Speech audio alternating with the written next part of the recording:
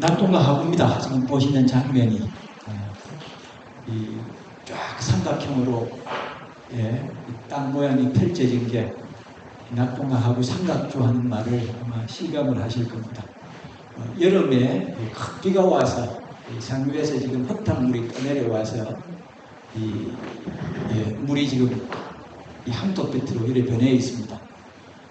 하구 하는 말은 아래 한자를 써서 이 강의 제일 끄트머리다 이런 뜻도 있고, 강하자를 써서 강하자 입구자를 써서 강의 입구다 하는 이런 뜻을 동시에 갖고 있습니다. 그래서 강의 끝이자 바다의 시작이고 바다의 끝이자 강의 시작이 이 강과 바다가 이어지는 이런 공간을 우리는 하구라 이렇게 얘기하고 있고, 하구는 보시는 것처럼 이 여름철 홍수기라든지 이런 시절에는 상류에서부터 엄청난 양의 토사가 내려오면서 쌓여가지고 또는 바닷물을 막혀서 내려가지 못하고 쌓여서 넓은 갯벌을 형성하는데 낙동강 하구가 우리나라에서 하구 지형이 가장 잘 발달한 곳입니다.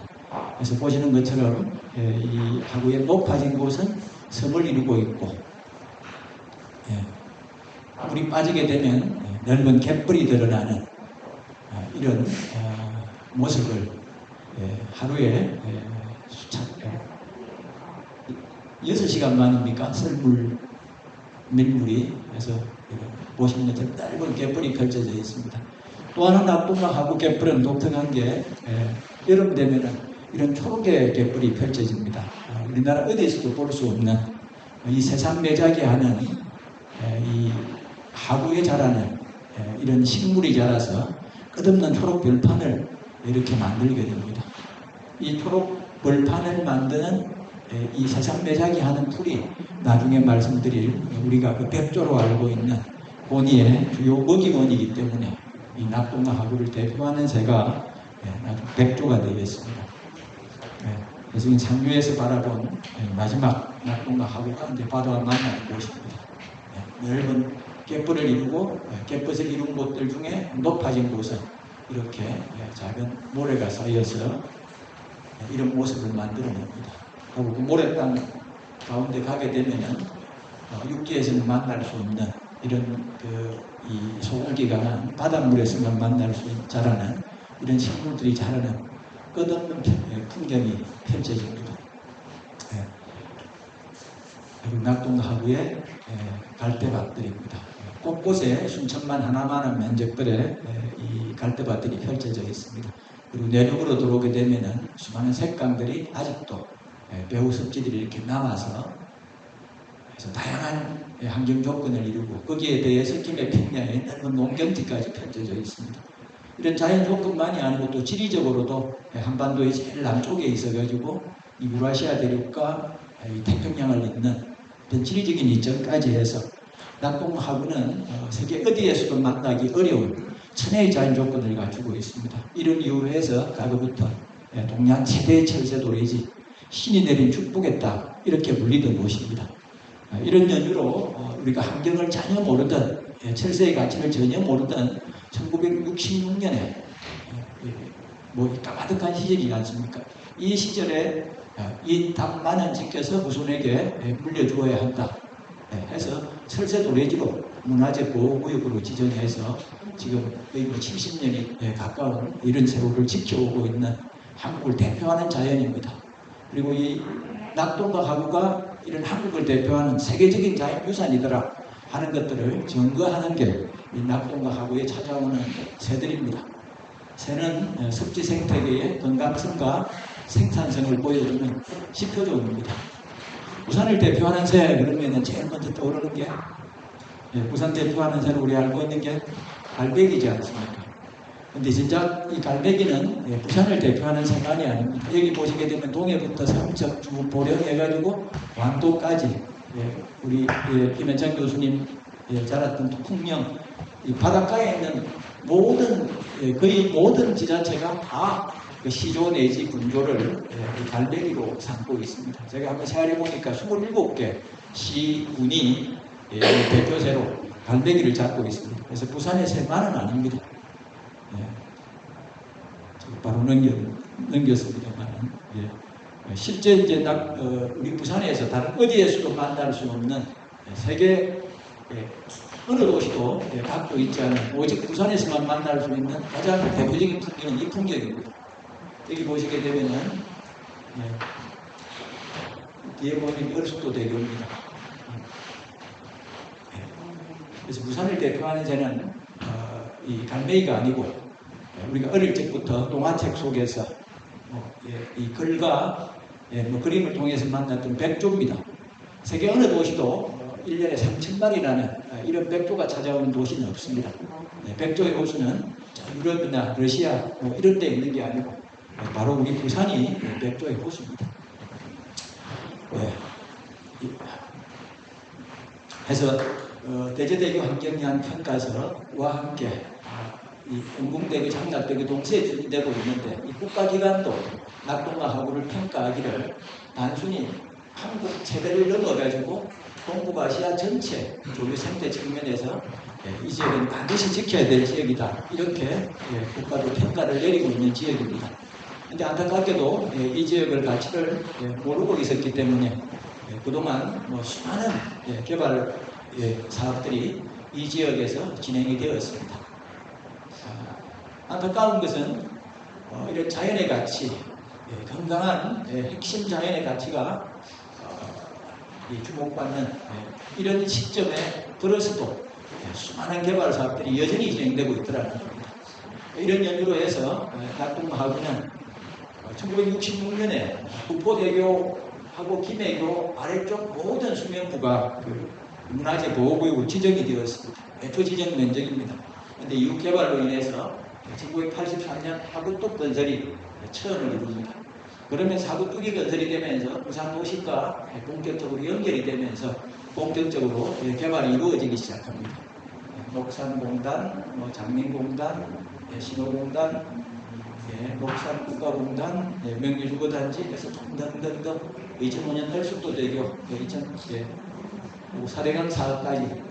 그래서 지금은 육지 쪽은 거의 다 개발로 인해서 사라져버린 이런 상황입니다.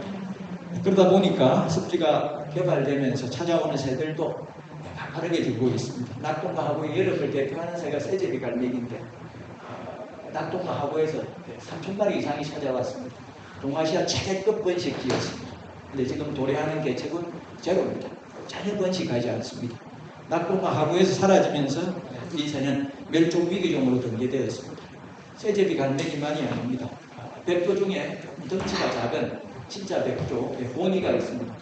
오직 낙동과 하구에서만 100마리가 넘는 이 고니가 월동하고 있었습니다.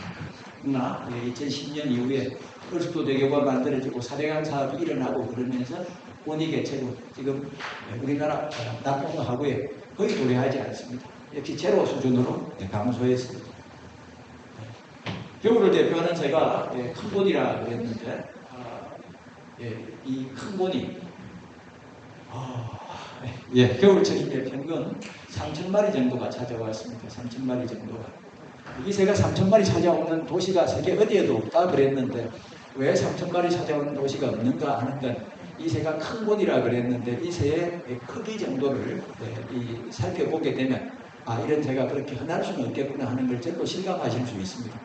날 수 있는 새 중에서 가장 크고 무거운 새에 속합니다. 날개 편 길이가 2m 20에서 2m 40입니다. 제가 손을 뻗은 것보다도 더 깁니다.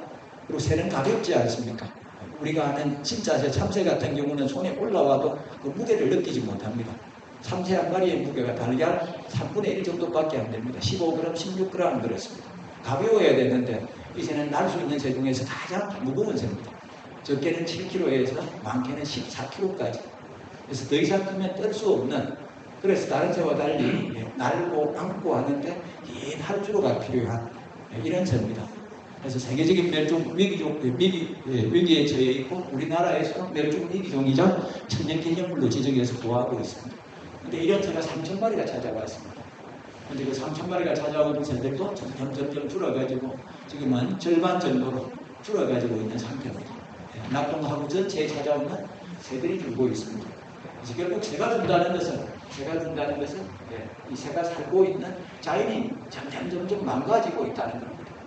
이 자연 파괴의 결과가 결국 기후위기라든지 코로나라든지 이런 사태를 가져오지 않았습니까? 이 2일 전에 제가 이 자료를 만들었는데 1.5도가 상승하기까지 남은 시간을 표시하는 시계입니다. 우리가 알고 있는 티핑 포인트 1.5도 오르기까지 이틀 전에 4년 2개월 남았다 그랬으니까 지금은 이제 4년 1개월 얼마가 좀 남았습니다. 자연이 파괴되어 간 결과지 않습니까? 1.5도가 올라가게 되면 이를 티핑 포인트라고 하는 게 다시는 어떤 수를 쓰더라도 되돌릴 수 없고 그 이후에는 이상기후가 일상화되는 시점이기 때문에 티핑 포인트라 이렇게 부르지 않습니까? 근데 아시는 것처럼 이상기후가 일상화되면 농업이 불가능합니다. 뭐 태풍이 한 번 오고 두 번 오고 그러면 배가 쓰러지더라도 세우면 되지만 3번 넘어지고 3번 오고 4번 오고 하면은 세울 수가 없기 때문에 1.5도가 넘어가게 되면 이상기후가 일상화되고 일상화되면 이로 인해서 농업이 불가하기 때문에 1.5도 올라가는 것을 막아야 한다. 그래서 1.5도를 기후변화 협약에서는 막는 것을 목표로 삼고 있습니다. 그래서 심지어는 그런 인간이 거주할 수 없는 이런 상태가 된다 하는 경고를 내리고 있고 이런 상황을 알고 있기 때문에 이미 정부에서도 이에 대비해서 국토를 현명하게 이용하는 종합계획을 수립해가지고 있습니다. 2019년 문재인 정부 때 수립한 우리나라 이 모든 국토를 이용하는 이 계획의 가장 어뜸이 되는 종합 계획입니다. 선법과 국토기본법에 근거한 제3위 국가 공간 계획인데 이 계획에 보게 되면 이미 이 환경오염은 더 이상 일어나서는 안 되더라. 난개발과 환경훼손 이런 어떤 위의 요인에 대해서 위기의식이 심화되고 있더라. 그래서 더 이상 이런 난개발을 막고 지속 가능하게 국토를 관리 보존해서 후손들에게 건강하게 물려줘야 한다 하는 것을 기조로 하는 국토종합개발계획을 이미 수립한 바 있습니다. 그래서 도시도 더 이상 인구가 지속적으로 준다는 전망이 있음에도 불구하고 도시 외곽의 지속적인 개발이 이루어지고 있더라. 상대적으로 토지 가격이 저렴하기 때문에 비시가지역이 계속 늘고 있더라. 그래서 이런 부분들을 이제 지향하고 지금까지는 개발 중심으로 경제적 가치를 중심으로 했다 그러면은 이제부터는 사회적 가치를 우선하는 이런 국토 정책의 패러다임 자체가 지금 바뀌어야 된다 하는 어떤 기본 계획을 세우고 거기에 맞는 도시 계획을 수립할 것을 권고하고 있습니다. 그러면서 도시의 이 기반 시설이라든지 도시 공간의 구조라든지 이런 모든 부분들을 인구 감소와 인구 구조 변화에 맞추어 가지고 진행하라 이렇게 지침을 세우고 있습니다. 그뿐이 아닙니다. 국토 종합계획만이 아닙니다. 심지어는 지금 윤석열 정부가 사라졌습니다만 윤석열 정부가 만든 정책 중에 유일하게 저희들 동의하는 정책 하나가 2030년까지 국가가 보호구역을 2030년까지는 국제사회의 추세에 맞추어 가지고 30%를 보호지역이나 혹은 보호지역에 준하는 지역으로 지정하겠다 하는 이 국가 생물 다양성 보호 계획을 수립했습니다. 그래서 심지어는 정부마저도 윤석열 정부마저도 이 기후 위기 시대에 이제 우리가 살아남기 위해서라도 보호 계획을 확대하지 않으면 안 된다 하는 이런 개발 계획을 수립을 했었습니다. 그런데도 불구하고 우리 사회는 특히 부산에 끊임없는 토목 사업들이 계속해서 추진되고 있습니다. 그 대표적인 게 조금 전에 우리 김현욱 선생님 말씀하신 바덕대교 문제이고 대전 장갑대교 문제인데 이 부분을 말씀드리면 이미 낙동강하고 문화재 보호구역 일대에는 27개의 이미 충분 이상의 고량이 지금 만들어져 가지고 있습니다.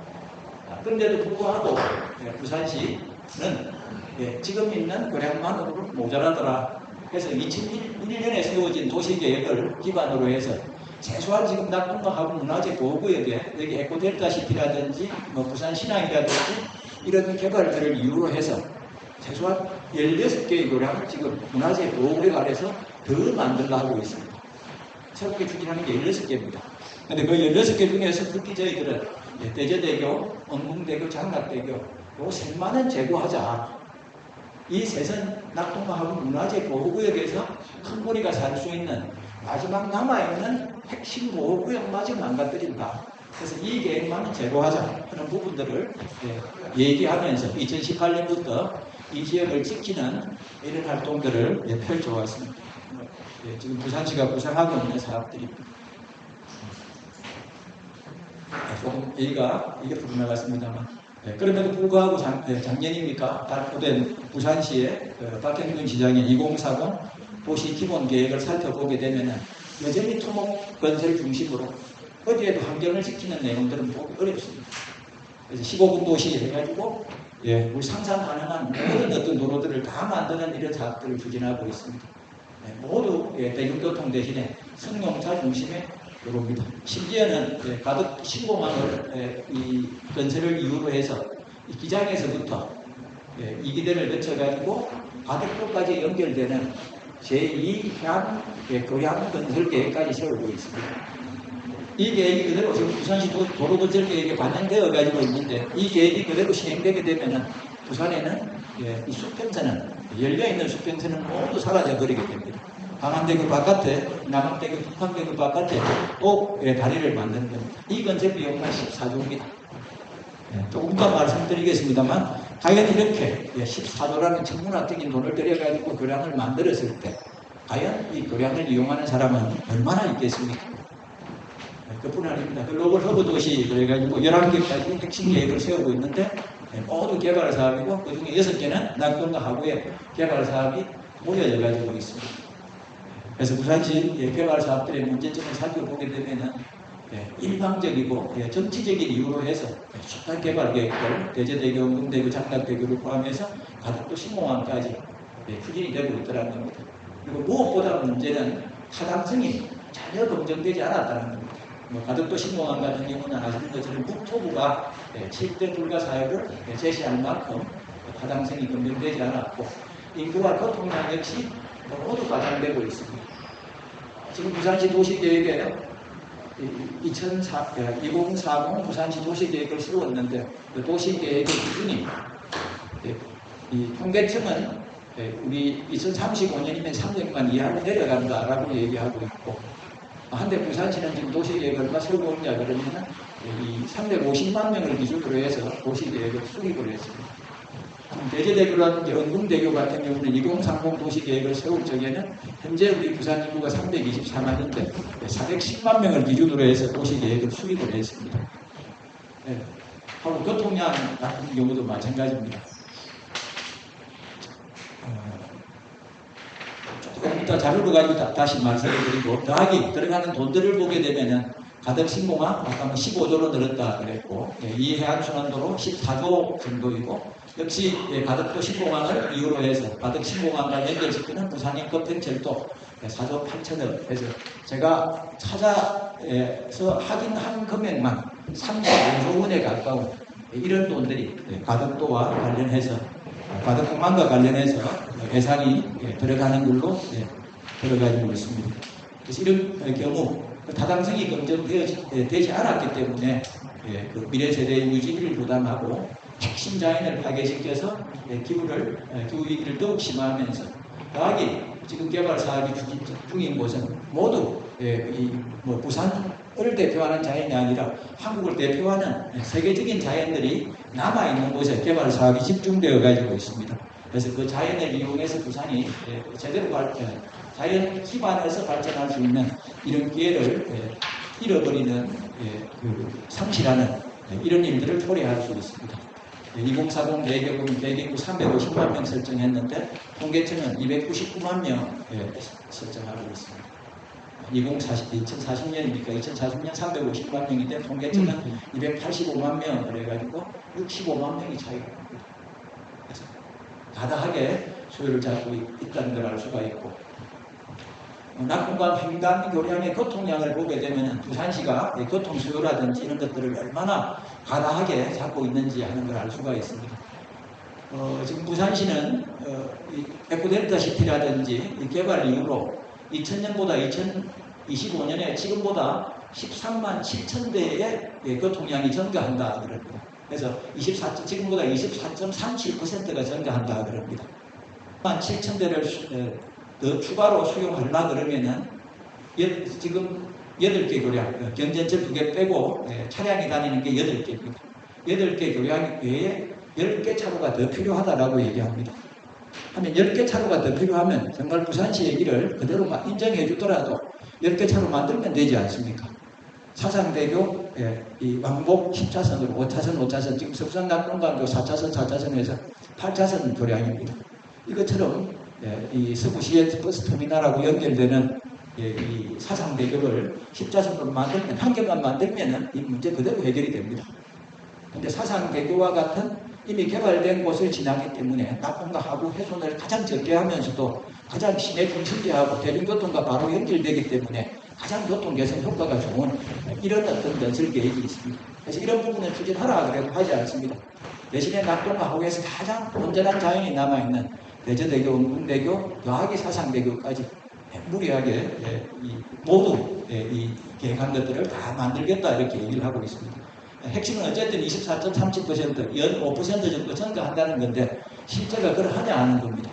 실제 이제 부산시 교통량 자료를 보게 되면 2017년, 2018년, 2019년 쭉 해서 계속 감소하고 있습니다. 한 해도 빠지지 않고 감소하고 있습니다.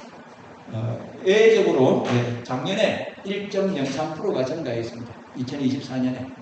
근데 예외적으로 1.03%가 증가했지만 국토부도 부산시도 2005년에 교통량은 정점을 찍는다 그랬습니다. 정점을 찍고 이후로는 계속 감소한다 했기 때문에 지속적으로 감소할 수밖에 없는 상황입니다. 낙동강 횡단도량도 마찬가지입니다. 부산시가 국정감사에 제출한 자료입니다. 보시게 되면은 2015년이 32만 5천 대, 32만 5천 대인데 보시게 되면 32만 3천, 32만 3천 해가지고 2022년도 교통량이 2015년에도 미치지 못하고 있습니다. 그런데도 불구하고 부산시는 연 5%씩 이렇게 증가한다라고 얘기하고 있습니다. 대저대교 예측한 것보다 이미 예비 타당성도 조사를 한 지 오랜 시간이 지나가지고 실제 교통량하고 예측치하고 얼마나 차이가 나는가 하는 게 확인이 가능한데 이미 10만 대 이상의 차이가 나고 있습니다. 그래서 부산시 개발 사업 문제점들을 정리하게 되면은 아까 말씀드린 이런 문제가 되겠고, 그래서 저희들 마지막 하나 여기 보시게 되면 이런 예측 잘못으로 인해 가지고 얼마나 많은 우리 세금이 새고 있느냐 하는 겁니다. 2004년에서 2023년까지 지금 얼숙도대교라든지 북항대교라든지 부산항대교라든지 예측한 교통량보다 모자라가지고 지금까지 물어준 게 3,556억이라고 합니다. 그리고 향후 49년까지 더 물어줘야 될 게 예측하는 게 1조 3,497억 원을 더 추가로 부담해야 된다고 합니다. 근데 나중에 알고 보니까 얼숙도대교, 수중사터널, 부산항대교 이거는 더 작습니다. 지금 부산 김해 경전철 교량 같은 경우는 2011년에 개항을 했는데 그 수요 예측이 일평균 30만 대가 이용한다, 30만 명이 이용한다라고 처음 예측을 했다 그럽니다. 근데 실제는 4만 4천 명 정도, 한 10분의 1 정도의 그 이용객만 있으면서 지금까지 2011년 개항하고 2023년까지 12년 동안 물어준 돈이 7천억이 넘는다 그럽니다. 7천억. 부산 김해 경전철 하나에만. 이런 상황에서 무리하게 다시 얼숙도대교, 은궁대교, 대저대교, 장락대교, 바둑도 신공항, 한순환도로 다 건설이 되었을 때 자연 파견을 차치하고라도 여기에 들어가는 돈은 또 차치하고라도 그 유지하는 부담은 계속해서 우리 미래 세대가 부담하지 않으면 안 되는 이런 이런 문제점을 갖고 있습니다. 그래서 우리 사회가 기후 위기를 넘어서 지속 가능한 사회로 가기 위해서라도 새로 들어서는 정부에서는 지금 저희들이 이 가덕도 신공항이라든지 대저대교라든지 이 타당성에 있어서 근본적인 검토가 필요하다 하는 이런 문제가 제기되는 이런 사업에 대해서는 죄송합니다. 제가 이 복잡하게 정리를 하다 보니까 정리가 제대로 안 되어 있는데 마지막 정리를 하도록 하겠습니다. 그래서 최소한 분쟁 중인 이 대규모 토목 사업만이라도 가당성을 재검토하자.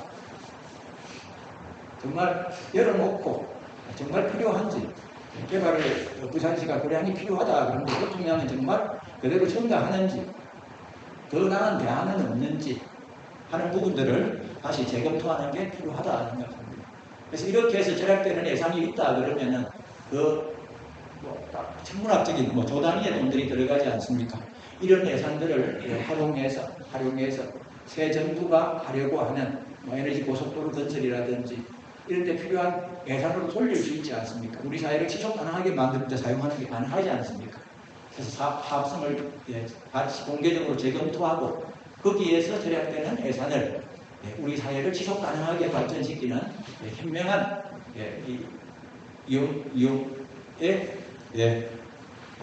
현명하게 이용하자 하는 것이고, 더하기 이렇게 해서 살아남는 대자연, 낙동강 하구와 가덕도의 자연 경관은 세계급입니다. 잘 아시는 것처럼 한국개포는 2021년에 세계자연유산으로 등재되지 않았습니까? 세계자연유산은 아무 곳이나 이 지정 타이틀을 주는 게 아닙니다. 세계인 누구나가 인정할 수 있는 탁월하고 보편적인 가치를 있을 때 그때 세계자연유산으로서 위상을 부여합니다. 우리가 알고 있는 미국의 요세미테, 그랜드 캐년, 장가계 이런 것들이 다 세계자연유산으로 등재된 것들입니다.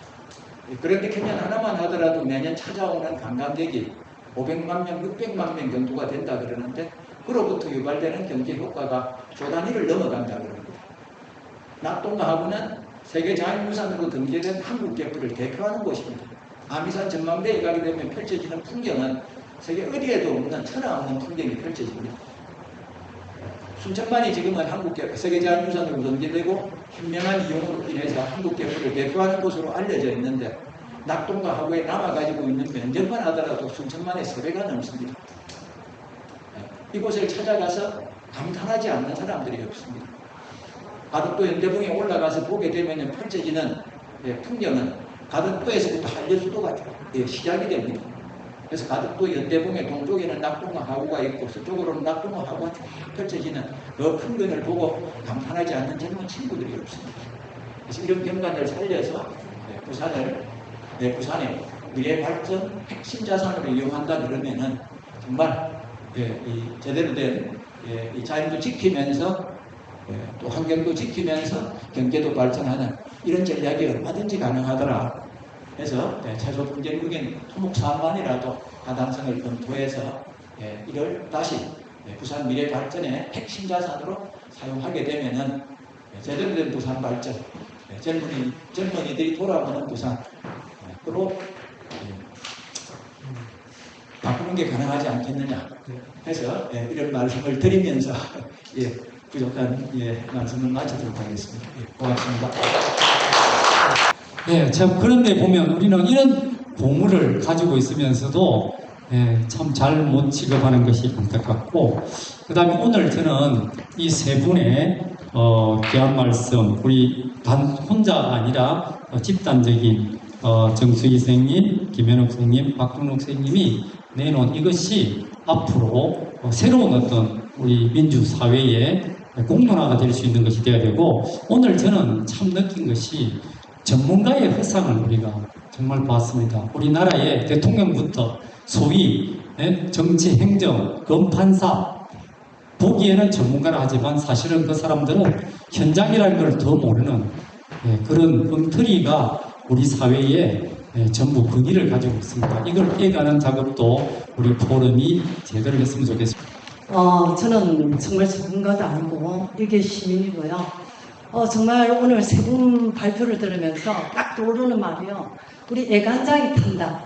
애간장이 먹는다. 심지어 똥줄 탄다. 이런 말 하잖아요. 정말 세 분이 이때까지 몸 건강, 마음 건강을 어떻게 유지하시는가. 정말 가슴이 아픕니다. 금방 말씀을 하시는데 우리가 오늘 이 많은 이야기를 할 수는 없을 것 같아요. 그런데 근본적으로 아까 전에 다른 분도 말씀을 좀 들었지만 정말 인식에서나 발상에서나 정말 되지 않는다면 정말 앞으로 기후위기 시대를 떠나가지고 30년, 40년을 떠나가지고 당장 지금 우리 아이들과 어떤 이야기를 할 수 있을까? 정말 이런 이야기 들어요. 우리가 정말 개발지상주의가 정말 철저하게 우리의 정말 가슴을 정말 우리가 보면요 밖에 나가면 나뭇잎 하나에도 우리 눈이 가리죠. 정말 중요한 것은 우리가 어디를 향해 보고 있는가 정말 중요하다는 생각이 들고 이걸 오늘날 뭐 지금 이 시간 짧게 이야기할 수 없는데 정말 개발지상주의 그리고 오로지 부산이 전 지구의 중심이 아니죠. 나는 이 지구 우주의 중심이 아니지만 나는 내 중심으로 세상을 봐요. 왜? 나한테서 가까워서 크게 보이지만 나한테서 멀리는 안 보이거든요. 근데 나한테 보이는 거 우리가 나를 중심으로 어디에 두고 있는가 금방 우리 교수님 말씀 들으면서도 생각을 했는데 우리가 이 이야기를 다 할 수는 없을 것 같고 정말 때가 되면 한번 앉아서 이야기하지만 지금 우리가 궁극적으로 어디를 보고 있는가 오로지 개발 그리고 부산이 오로지 세계 중심이 되는데 뭐로 갖고 세계 중심이 되니까 그리고 정말 지방 분권 중요하죠. 그런데 부산이 부산다움으로 나가지 않고 오로지 개발지상주의로 나간다면 궁극적으로 어디로 가야 하는가 정말 이런 문제부터 이야기하지 않는다면 정말 참 그 앞점은 없겠다. 그러면서 참 이렇게 속 골병들지 않고 여기까지 와서 이렇게 이야기해 주시는 여러분들께 참 무한한 감사와 애정을 드립니다. 그리고 또 다른 입장에서도 같이 또 진정 고민하는 모든 건 연결되어 있으니까요. 하는 분들에게도 존경의 마음을 드리면서 정말 이 이야기는 지난한 이야기입니다. 그래서 일개 시민으로서 저는 나왔습니다. 존경과 사랑의 마음을 드립니다. 이상입니다. 우리 포럼이 지난 3월 6일 날 발족을 해가지고 첫 포럼으로 역사 문제를 다루고 그 다음에 직접 민주주의 문제를 다루고 이제 그 다음에 교육 문제를 다루고 이번에 이제 탈토건 생태 보존 이런 문제를 다루면서 참 잘했다.